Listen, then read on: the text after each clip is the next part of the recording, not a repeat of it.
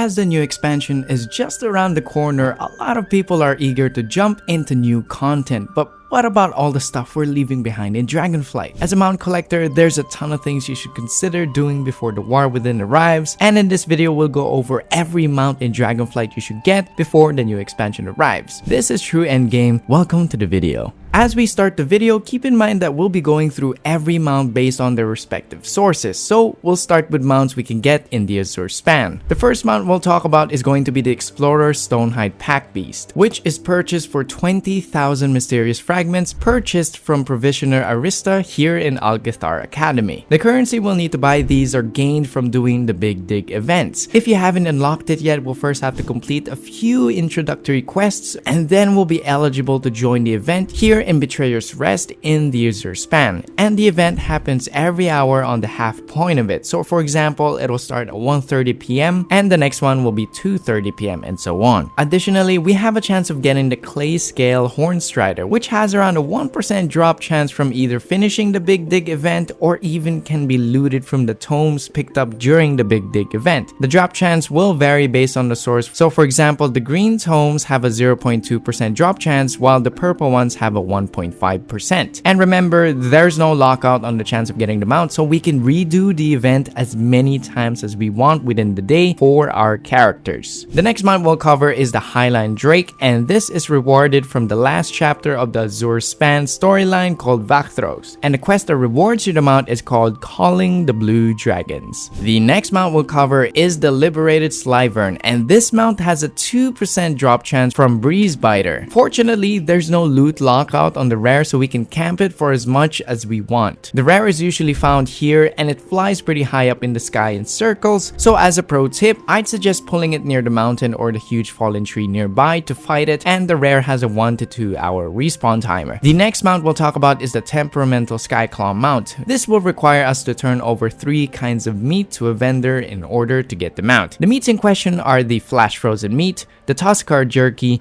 and Nolan's House Special, and we'll need 20 of each kind. We'll have 2 options to get the meat. We can either just purchase them from the auction house or farm them ourselves from the knolls in the Azure span. The Flash Frozen Meat drops from Snowhide knolls in the middle of the Azure span. Tuskarr Jerky drops from the Darktooth knolls over at the west side of the Azure span, and Nolan's House Special drops from Stormfang knolls further west of the Azure span located here. Once we have all the meat, we'll trade them over at Zonwagi, who's near Brackenhide Hollow by the camp near the entrance of Zaralik Caverns. The next mount we'll talk about is going to be the Lingering Echo of Tarecgosa. This is a legendary mount that's locked behind caster classes who have obtained the legendary staff Dragonwrath Tarecgosa's Rest. With the staff in hand, our second requirement to getting the mount is completing the questline called the Veiled Ossuary, picked up from Calicos at the Seat of the Aspects in Veldragon. By the end of the storyline, we'll be able to pick up a Rhapsody in Blue, which will reward us the mount at the end. Take note that the mount itself is only usable by caster classes that have the legendary staff called Dragonwrath Tarecgosa's Rest. If you guys are interested in us covering the entire process of getting both the staff and the mount, let us know in the comments down below. The next 2 mounts we'll go over are going to be the Trader Ottuks. These are the Ivory Traders Ottuk and the Iskaara Traders Ottuk, which are both purchased from the vendor Tatukiaka.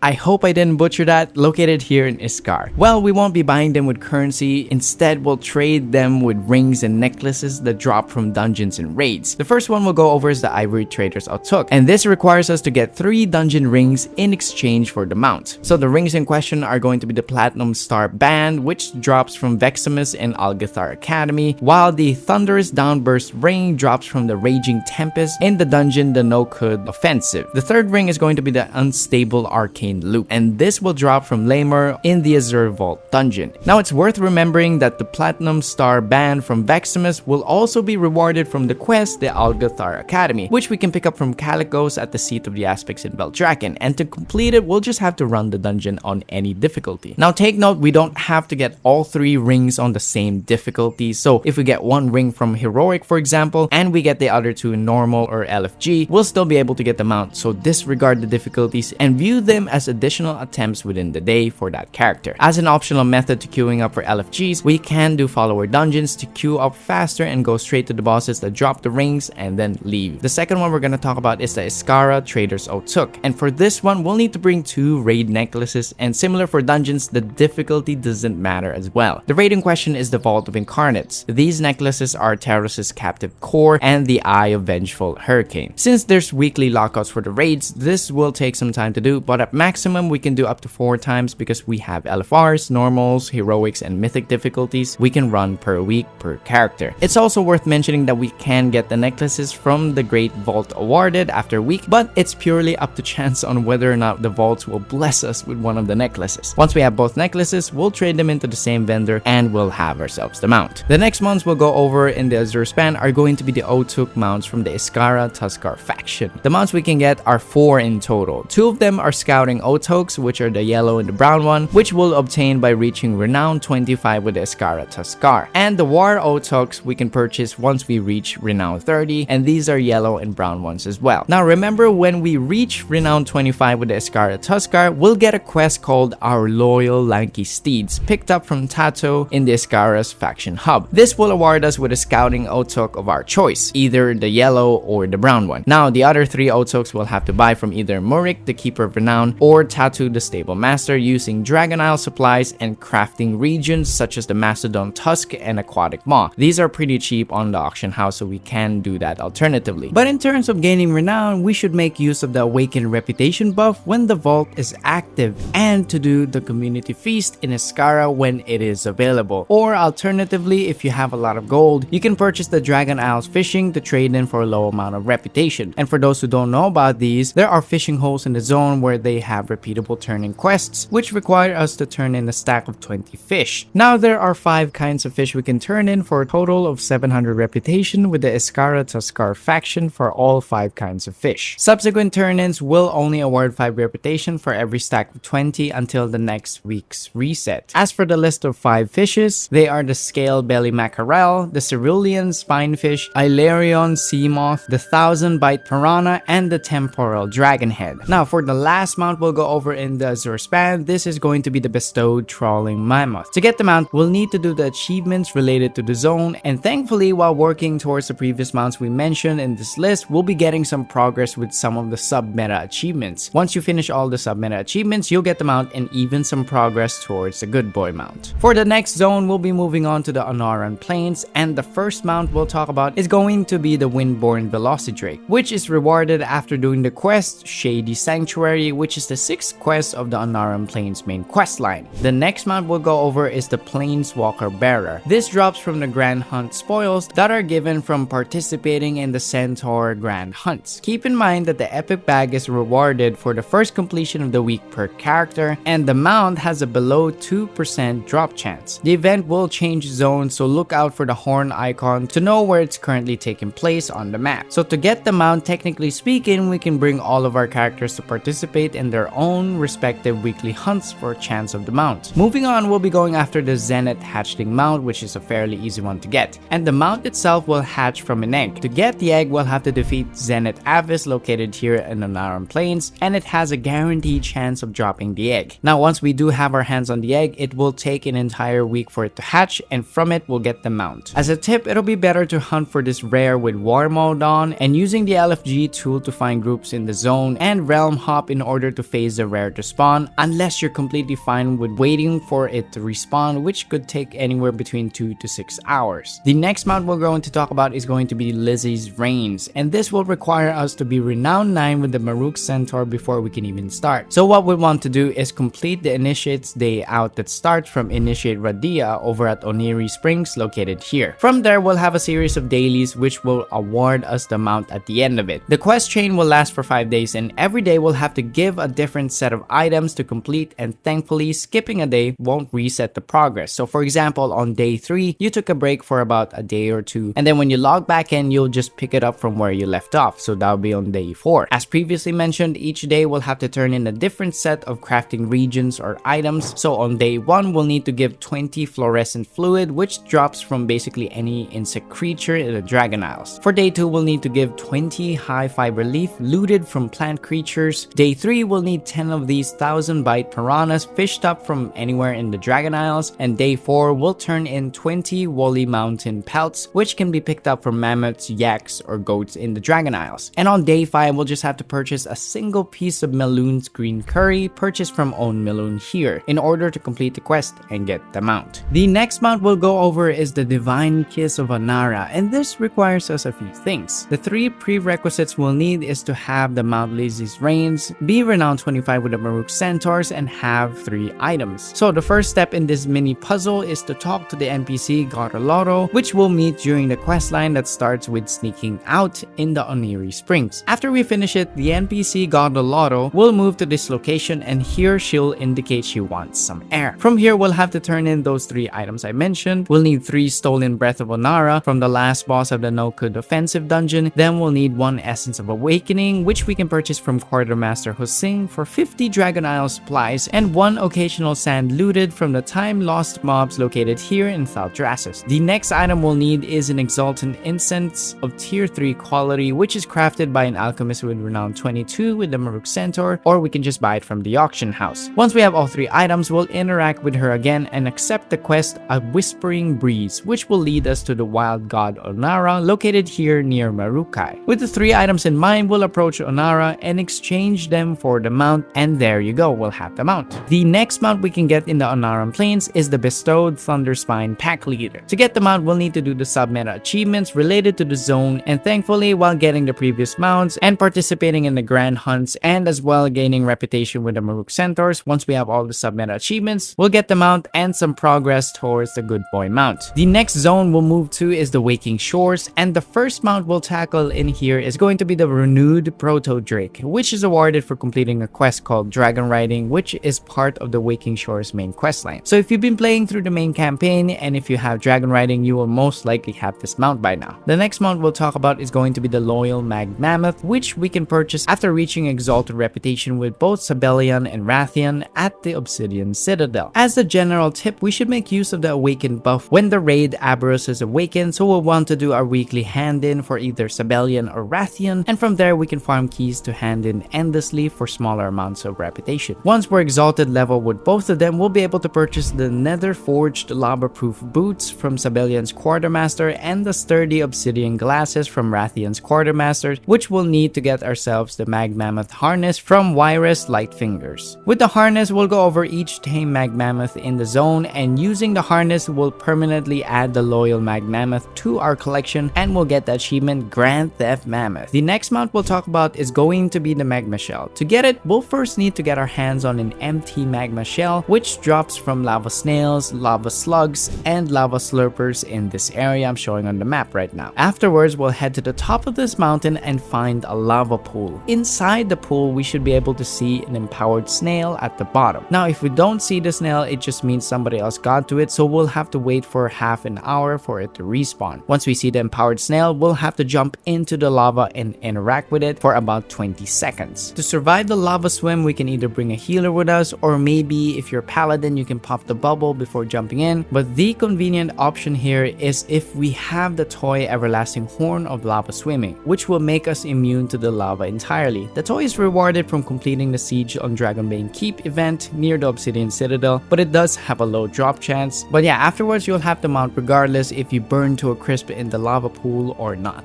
The next mount we'll go over is going to be the Slumbering Worldsnail Shell. To be able to purchase the mount, we'll first need to complete the questline The Shadow of His Wings, which is part of the Sojourner of the Waking Shores achievement. Once we finish it, we'll have access to the World Breakers. After a follow-up quest with Iggy the Believer located here, we'll be able to turn in restored obsidian keys to her, which rewards us with the cash. From the caches, we'll have a chance to get a World Breaker membership, which is a buff, and it will allow us to start looting Magmoths from the mobs around the Obsidian Citadel. And this Magmoth is what we'll need to purchase the mount from Dealer Vexel located here. Now, as a pro tip, I'd suggest you save up on the Magmoths to buy an additional backup membership card from Dealer Vexel, since the membership acts like a buff that lasts for 2 days, and if you die in any means, you'll lose the buff. So if you don't have the backup, that means you'll have to farm the keys again and then turn it over to Iggy the Believer to be rewarded with the cash. As for general farming locations, to farm the Magmoths, we can look in the LFG tab for people farming Magmoths, or we can use the tagline Restored Obsidian Keys, and doing this with a group can net us around 500 Magmoths per hour, since they'll be farming in the vault or the basement area of the Citadel, and the mobs there spawn relatively quickly. The next mounts we'll cover in the Waking Shores are the Skitterflies, which we can purchase from the Dragonscale expedition after reaching Renown 25 with them. From their faction's vendor, Grandpap Whiskers, we'll be able to buy the Tame Skitterfly and the Azure Skitterfly for crafting regions or ingredients, as well as some Dragon Isle supplies. For each mount, we'll need 5 iridescent plumes and 20 contoured foul feathers. These can be purchased on the auction house as an alternative. In terms of gaining renown with the Dragonscale expedition, we can make use of the reputation buff when the vault is awakened, and with that we'll be able to use the shovel sold at the renowned vendor to dig up dirt around the Dragon Isles. Since digging up dirt can give us a chance at getting these artifacts, we can turn in for additional reputation with the Dragonscale expedition. Also, once we do hit renown 6, there are flags placed on top of mountains or certain areas around the Dragon Isles, giving us a large chunk of one-time reputation upon discovery. And there's a total of 20 Dragonscale expedition flags all over the Dragon Isles, and finding them all can give you 5,000 reputation in total, and that's not including the reputation buffs. The next mount we'll cover is going to be the Verdant Skitterfly. The mount itself is tied to the Dragonscale expedition renown, and it'll need us to be renown level 25 before we can have a chance of looting the mount from expedition scouts packs, which are scattered all over the Dragon Isle zones. The next mount we'll talk about is going to be the one and only Otto himself. To get the mount, it'll require several steps, and the first one is getting the Aquatic Shades. The Aquatic Shades is a toy, and this one is looted from Swag treasures purchased from the Great Swag here in the Ohn'ahran Plains. The bags are purchased using coins of the Isles, which are collected either from fishing or from Iskaara tackle boxes, or even from doing lunker threshers. But if you have gold, you can purchase the elusive croaking crab from the auction house to spawn Sir Pinchalot, and he has a chance of dropping coins as well. As for the lunker threshers option, this will require us to be renowned 7 with the Iskaara Tuskarr and have Dragon Isles fishing level 25 to get our hands on the Iskaaran harpoon. But yeah, again, this is just optional. So the Aquatic Shades are dropped from Immaculate Sack of Swag treasures, but it isn't guaranteed, although it has a high drop chance. As for the currency to purchase the sack, we'll need a gold coin of the Isles. So while we're fishing or doing the lunker threshers, we can either get a silver or a copper coin more commonly. So effectively, we'll need to collect 75 copper coins or 5 silver coins to convert them into a single gold coin. Once we do have the shades, we'll need to get ourselves an empty fish barrel. First, we'll head off the coast of the Waking Shores located here. We'll swim down and find a dancing mat, so we'll need to start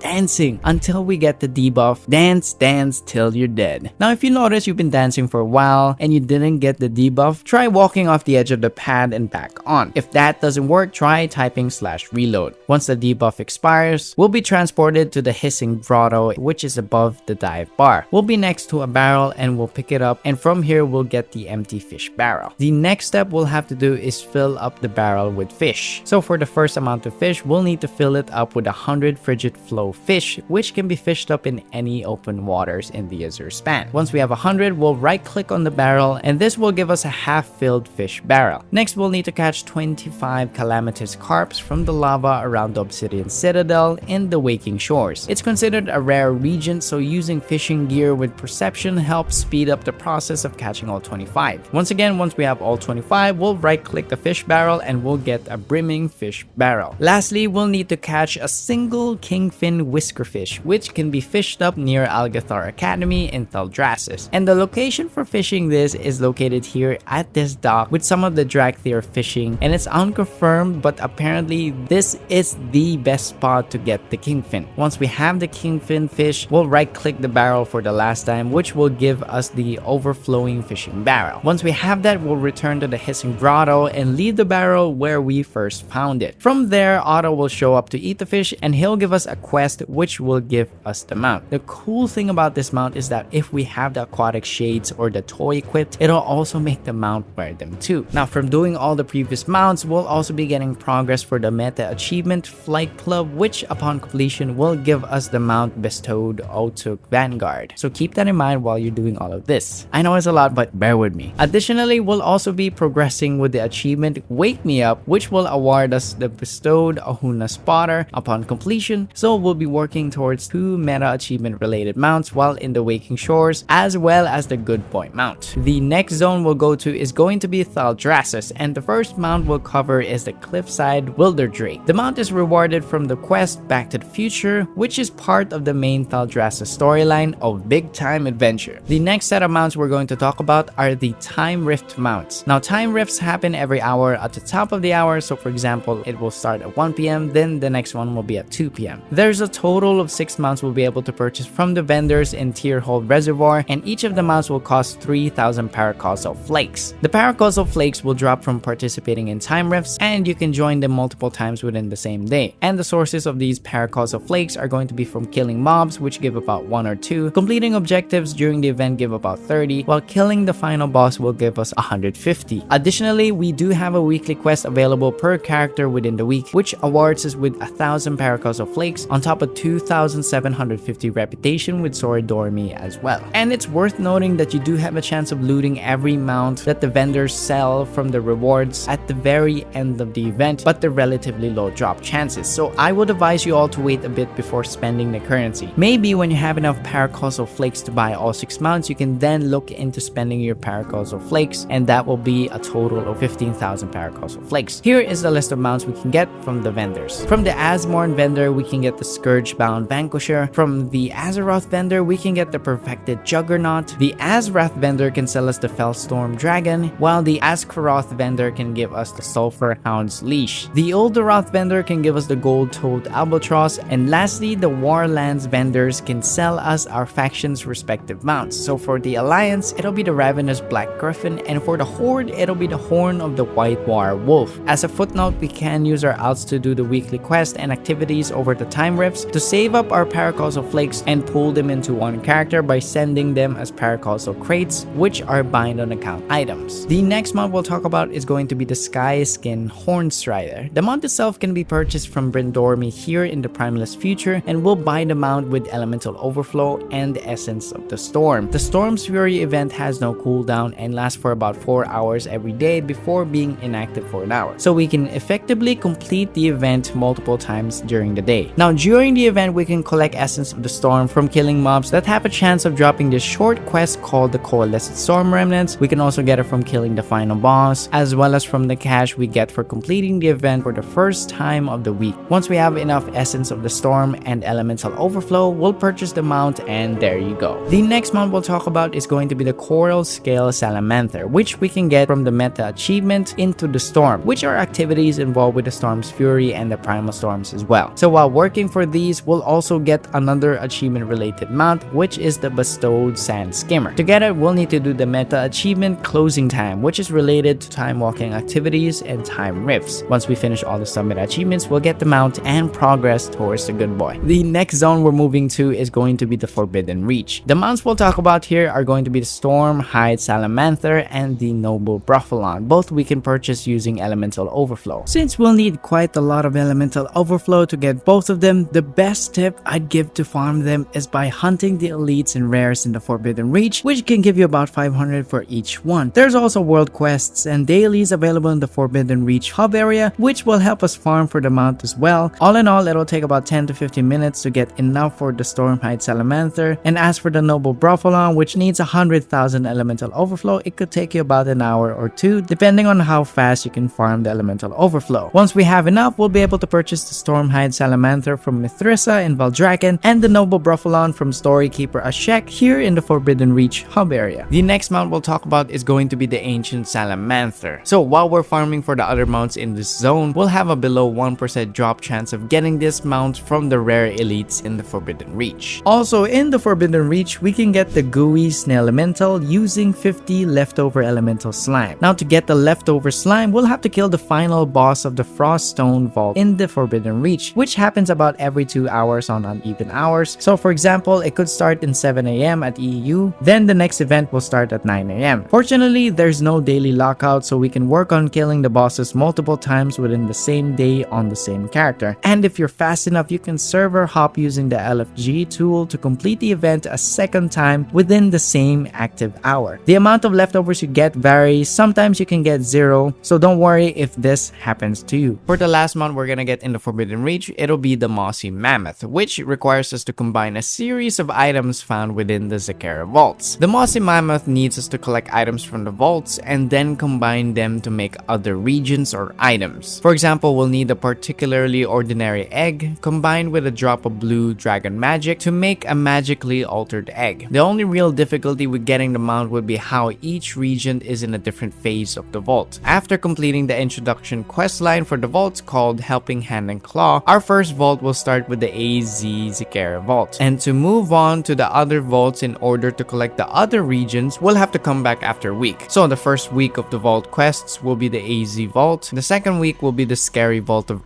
while the third week is the IX vault. On the fourth week, we'll have the vault KX, and every vault afterwards are going to be unnamed vaults, which will get the remaining regions for the Mossy Mammoth from. This means it could take up to a month of doing vaults just to get the mount, since at maximum we can only open up to 28 doors per vault per week. Moving on to the next zone, we'll be covering the mounts we can get from the Zaralik Caverns, and the first one we'll talk about is going to be the campaign related mount, the Winding Slither Drake. The dragon riding mount is rewarded after completing the quest called Worst of the Worst, which is part of the Embers of Neltharion campaign. The fifth chapter is called Inherited Sin, and after completing it, we'll get the mount. The next mount we'll talk about is the Morsel Sniffer, and this is purchased for 800 Dragonal supplies from Harlow Marl in Loam, and it'll require us to reach Renown 18 with the Loam Niffin. So my advice to getting Renown is, as previously mentioned, we'll want to wait until the Aberos is awakened, and that will give us the 50% reputation gain to the Loam Niffin Renown. And as for sources on getting reputation, we'll be getting a large chunk of reputation for the Loam Niffin by doing the main story quests for the Embers of Neltharion questline. Each time we finish a chapter, we'll get a reputation token for the Loam Niffin, which gives us about 2,500 reputation without the reputation buffs. We'll also want to look into participating in the event Researchers Under Fire, which can give us up to 1,000 reputation if we do very well in the event. For additional sources for the Loam Niffin, we can also do the world quests and the weekly quests that they offer. The next mount we'll cover is the Snail Big Slick in the City. The Snail mount is rewarded from a quest when we reach rank 5 reputation with the faction Glimmerrock Racer, and the quest is given to us by Briggle called Snailed It. Now each reputation level needs 700 points to get to the next, and we'll have 2 ways to get the reputation. The first one is the daily quest, which gives about 100 reputation each, and the second way is showing Briggle some snails we find outside of the Zaralik Caverns. The snails are going to be the battle pet ones we found in the Dragon Isles, and pulling out a max level 1 in front of Briggle will prompt him to give us a one-time quest, and each turn in will give us about 100 reputation. While I'm talking, there will be a list of all the confirmed battle pets for the snails that work so far. The next mount we'll cover is going to be the Seething Slug, which we can get from the infamous Seething Cache. The mount itself requires us to find seething orbs around the Zakali Caldera area, and upon clicking on 3, we'll get the Seething Cache, which has the mount. The infamous part here is finding these orbs, since there's over 24 possible orb locations around the zone, but they all despawn once a single player in that zone gets all 3 of the orbs. So it's sort of a race to find the 3 orbs first to get the mount. While collecting the seething orbs, you'll gain a buff, and if you somehow disconnect or use the Heartstone, you will lose your buff and therefore have to find the seething orb yet again. You can also realm hop to help find the orbs, but if you choose to bring friends over to help you find the orbs, make sure none of them have the mount already, since they won't be able to see the orbs themselves. Lastly, as a sort of announcement that the seething cache has despawned, once someone loots it first, it'll remove the buff from everyone, and then we'll have to wait for the seething cache to respawn. And the respawn timer can take anywhere between an hour up to 2 hours. The next mount we'll talk about is going to be the Boulder Hauler, which will need 85 barter boulders in order to purchase from Ponzo located here. In order to start farming for the mount, we'll first have to reach Renown level 3 with Loam Niffin to be able to start collecting barter bricks, which can drop from the Sniffin Sneak Digs. To get the mount, we'll have to purchase it from Ponzo for 170 barter bricks, but once we do reach Renown 12 with the Loam, it'll cost 85 barter boulders instead, which we buy using barter bricks. For our methods of gaining the currency, we'll be able to get them from the Sniffin Sneaking activity, which we can do up to 3 times per week,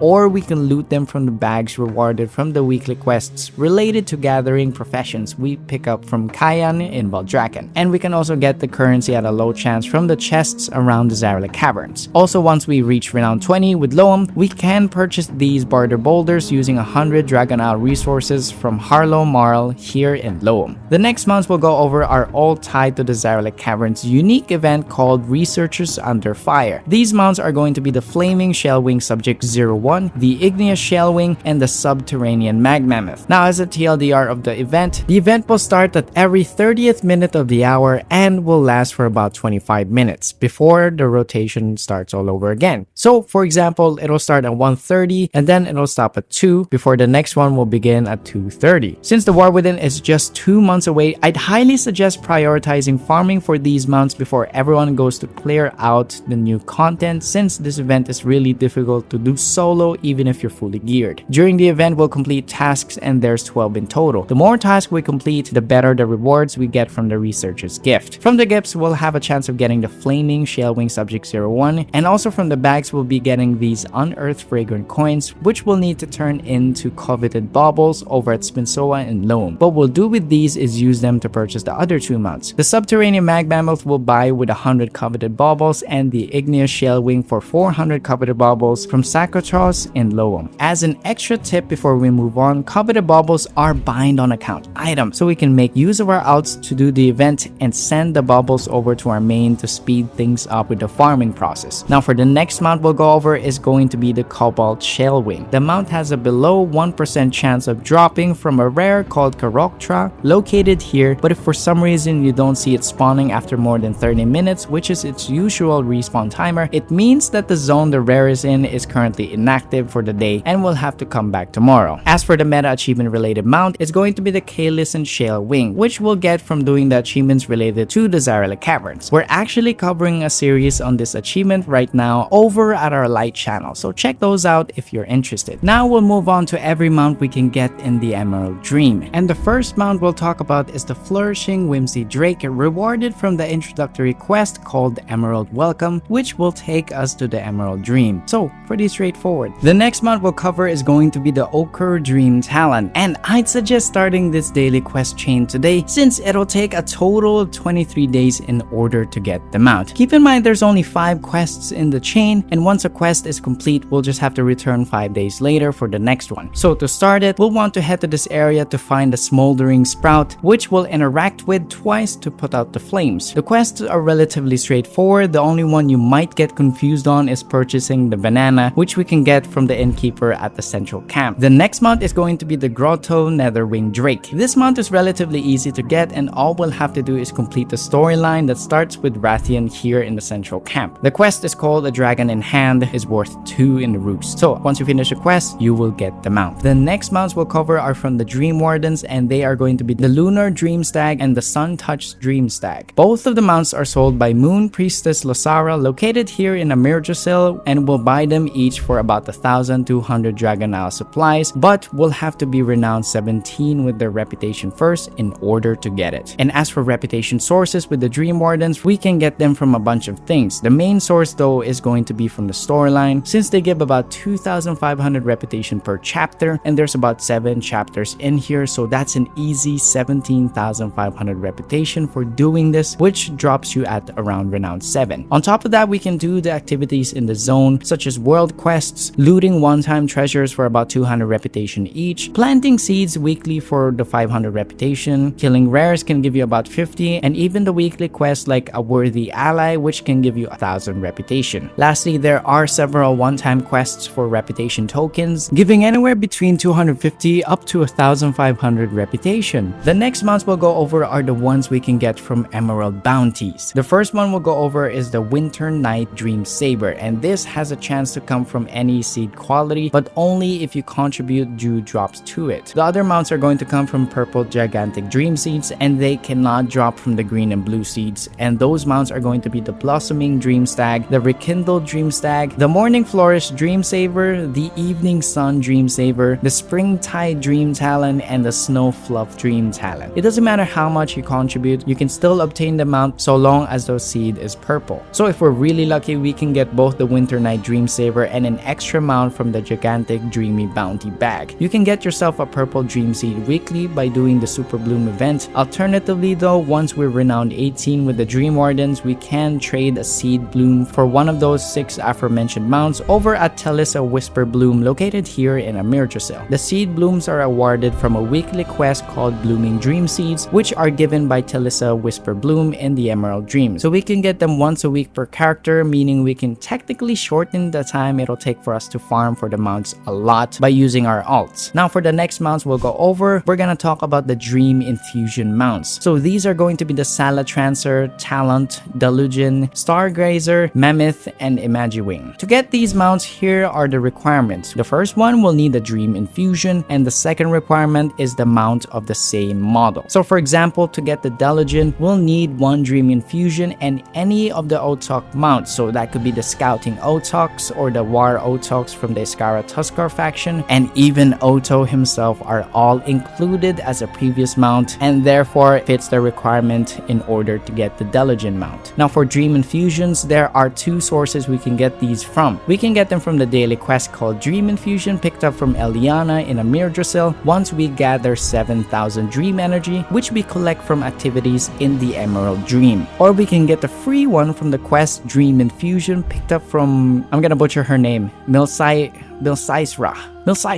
Alright. We can pick it up from Milsaisra after reaching Renown 18 with the Dream Wardens. To help with this, you can get the Weak Aura add-on, which tracks how much Dream Energy you have, or you can use this macro to see how much you have. The last set of mounts we'll go over are the ones we can purchase for gold, or mounts we can get from dungeons or raid achievements, and the last but not least, the Season 4 exclusive rewards. The first mount we'll talk about is going to be the Gold Resonating Crystal, and to get the mount, well, it's actually quite simple. You'll just have to purchase the mount from Mrs. Yulon here in Baldraken for 1,200,000 gold. And take note, it'll only be up for sale from Miss Yulon until August 24th, and then afterwards, it'll only be available in the black market auction house. Good luck with that. That's a lot of gold, man. I'm not gonna lie. Next on our list are the Vorkin mounts. There's over 8 variations of this mount. We can get them pretty easily, and I would recommend making an evoker class and doing the introductory quest line. Around level 58 or so, we'll be able to interact with the Quartermaster Thresh in the Forbidden Reach, and we'll be able to purchase all of the mounts for 600 gold in total. Pretty cheap for 8 mounts. If you missed the vendor during the leveling phase in the Forbidden Reach for evokers, you can buy the mounts over in Valdraken from the vendor Tethalash, located here. The next mount we'll talk about is Mimiron's Jump Jets. This mount is relatively simple to get and will only be difficult to obtain if there aren't any players going for the mount. What we'll need to do is collect 3 booster parts and take them all to the Empowered Arcane Forge in Baldraken. The second and third parts are easy since we'll just head over to their location and loot them. But the first booster part is difficult since it'll require 3 people with the Torch of Pirate toy in order to summon the Enigma Ward rare over at the Cape of Stranglethorn to get the first booster part. To help with your endeavor, you can head on over to WoW Secret Finding Discord, or maybe even find some guildmates or friends who have the Torch toy and will tag along to help you since you don't necessarily need it in order to be eligible to loot the first booster part. But yeah, you head on over to the Empowered Arcane Forge, you'll right click the booster parts to combine them, and you'll have yourself the Jump Jet mount. The next mount we'll talk about is going to be Patty, which requires us to finish the achievement Whodunit. In the description, we'll have a guide that runs through the Patty mount, and it covers it very extensively. The next mounts we'll talk about are going to be the Dream Surge mounts, and these are the renewed Magmammoth and the Duskwing Ahuna. Every 30 minutes there's a Dream Surge event, and this will show up on the map, and we'll have to complete objectives. To find out which of the zones is currently affected by the Dream Surge, we'll just have to check our maps and look for the Dream Surge icon. Once we progress enough during the Dream Surge event, at the end, a big fire portal will spawn and a Flame Lieutenant comes out. When we defeat him, we will be awarded a Charred Elemental Remain, and we'll need to combine 20 of these in order to get the renewed Magmammoth. As an alternative, we can do these minor Waking Dream portals found scattered across the affected Dream Surge zone, and these can be soloed and will award a Charred Elemental Remain as well once we defeat the boss that comes out of the small portal. Now as for the Duskwing Ahuna, we'll need 1,000 Dream Surge Coalescence in order to purchase it, and we'll get these from basically doing anything in the zone that's affected by the Dream Surge. So killing mobs, flying through these green orbs in the air, or participating in the Dream Surge event itself will give us our currency. Alternatively, we can look to hunt those empowered rares that pop up around the Dream Surge affected zone, and we'll will get an announcement indicating which of the rares are empowered, and each of the rares will give about 25 Dream Surge Coalescence. The next set of mounts we'll cover are going to be from raid achievements and dungeon achievements. The first one is going to be the Shadow Flame Shellwing. This mount is awarded for getting the achievement Glory of the Aberros Raider, which requires us to get every raid achievement for Aberros the Shadowed Crucible on either normal, heroic, or mythic. So LFRs don't work, unfortunately. The next mount we'll talk about is the Raging Magmammoth, and this is awarded after we get the achievement Glory of the Vault Raider, which are achievements related to the Vault of Incarnates, and the rules will apply similar to Aberros. So LFRs don't work, but they do work on normal, heroic, or mythic. The last raid mounts we'll talk about are going to be the Shadow Dusk Dreamsaver, and to get this mount we'll need to complete Amirjusel the Dream's Hope raid achievements on either normal, heroic, or mythic. Additionally, from the same raid, we have a 100% drop chance of getting Anurelos the Flames Guidance mount, but we'll have to do that raid on mythic difficulty, so it will drop as personal loot from Mythic Fire Rack on Amirjusel. Now, as we head towards the last mounts on the list, we can't forget about the good boy himself. To get the mount, we'll have to accomplish a series of achievements through meta achievements and through a sub-meta achievements. It's a lot of work, man. I swear. I don't understand how some people got this mount. But in terms of explaining how to get it, our other channel is covering a series of guide videos explaining each meta achievements related to getting the good boy. So stay tuned for that. Currently, we're covering the sub-meta achievement Ke Zaralek Zaralek. So that's about the sub-meta achievements in the Zaralek Caverns. Yeah, check it out. Please, it's very good. The last three mounts we'll go over are the Season 4 exclusive mounts. The first one we'll cover is the Voyaging Wilderling's Harness. To get the mount, we'll need to complete all 3 Awakened raids on normal difficulty or higher for the meta achievement Awakening the Dragonflight raids. But don't worry, the last week for the Awakened raids will have all of the raids awakened, so technically we can get the achievement before the season ends. The next season exclusive mount is going to be the Infinite Armoredon, and to get this mount, we'll have to get a Mythic Plus rating of at least 2000. And for the last season 4 exclusive mount, it's going to be the Vicious Dreams Talon, which requires us to reach a rating of 1000 or higher for rated PvP matches. But that's about it. That's every mount that we can get in Dragonflight. We're constantly researching, writing blogs, and making videos in general to help and guide people to getting all of these mounts. In the description below are links to True Endgame's mount collector tool, as well as the True Endgame website, which features blogs and articles for guides on every mount. If you liked the video and found it insightful, leave a like and subscribe, and definitely check out True Endgame's mount collector tool in the description down below. Thanks for watching, and I'll see you in the next one.